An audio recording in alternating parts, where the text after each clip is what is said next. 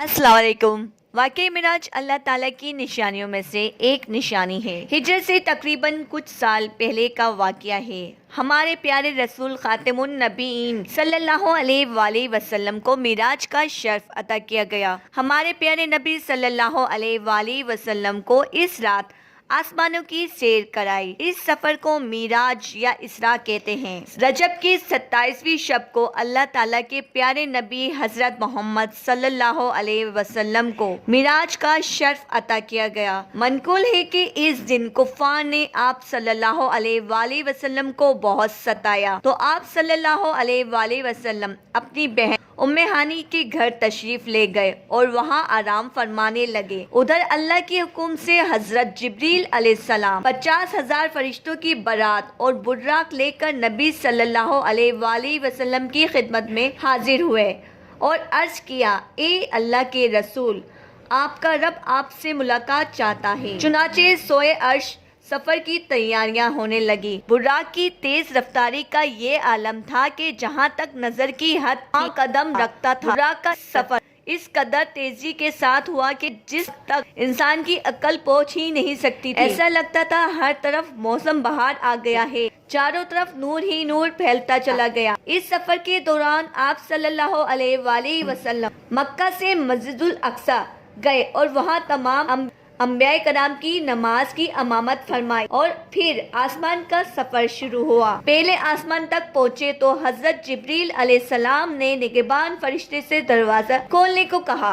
फरिश्ते ने दरवाजा खोलते ही कहा, ऐसी हस्ती का आना मुबारक हो। अंदर दाखिल हुए तो हजरत आदम अलैहिस्सलाम से मुलाकात हुई। इसके बाद दूसरे आसमान तक पहुँचे, हजरत याह्या अलैहिस्सलाम और ईसा अलैहिस्सलाम से मुलाकात हुई। फिर तीसरे आसमान पर हजरत यूसुफ अलैहिस्सलाम, चौथे आसमान पर हजरत इदरीस अलैहिस्सलाम, पांचवें आसमान पर हजरत हारून अलैहिस्सलाम, छठे आसमान पर हजरत मूसा अलैहिस्सलाम और सातवें आसमान पर हजरत इब्राहिम अलैहिस्सलाम से मुलाकात हुई। फिर आप सल्लल्लाहु अलैहि वसल्लम को एक बेरी के दरख्त सिदरतुल मुंतहा तक पहुंचाया गया। सल्लल्लाहु अलैहि वसल्लम अर्शे इलाही तक गए। रफरत भी आपकी एक सवारी थी। सूरतुल मुंतहा हजरत जिब्राइल अलैहिस्सलाम की आखिरी हद थी। मस्जिदुल अक्सा से मस्जिदुल हराम तक आप सल्लल्लाहु अलैहि वसल्लम ने बुर्राक पर सफर किया। फिर आपने सातवें आसमान नूर की सीढ़ियों पर सफर किया, यानी आपकी एक सवार नहीं थी, आपकी कई सवारियां थी। रफ भी आपकी थी।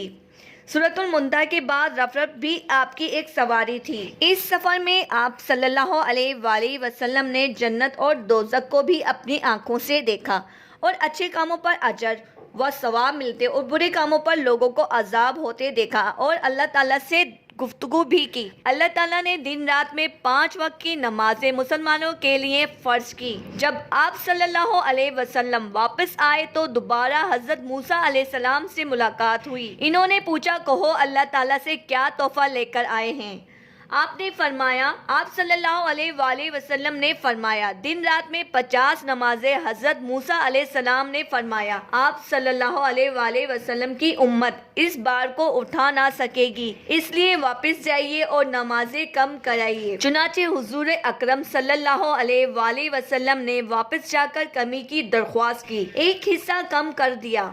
हजरत मूसा अलैहिस्सलाम ने आप सल्लल्लाहु अलैहि वसल्लम को बार बार भेजकर नमाजों में बार बार कमी की दरख्वास्त करवाई। आखिर में ये तादाद घटते 5 रह गई। अल्लाह ताला ने फरमाया कि हमने नमाजों की तादाद कम करके 5 कर दी है, लेकिन जो लोग पाबंदी से 5 वक्त नमाज अदा करेंगे इन्हें 50 नमाजों के बराबर ही सवाब मिलेगा।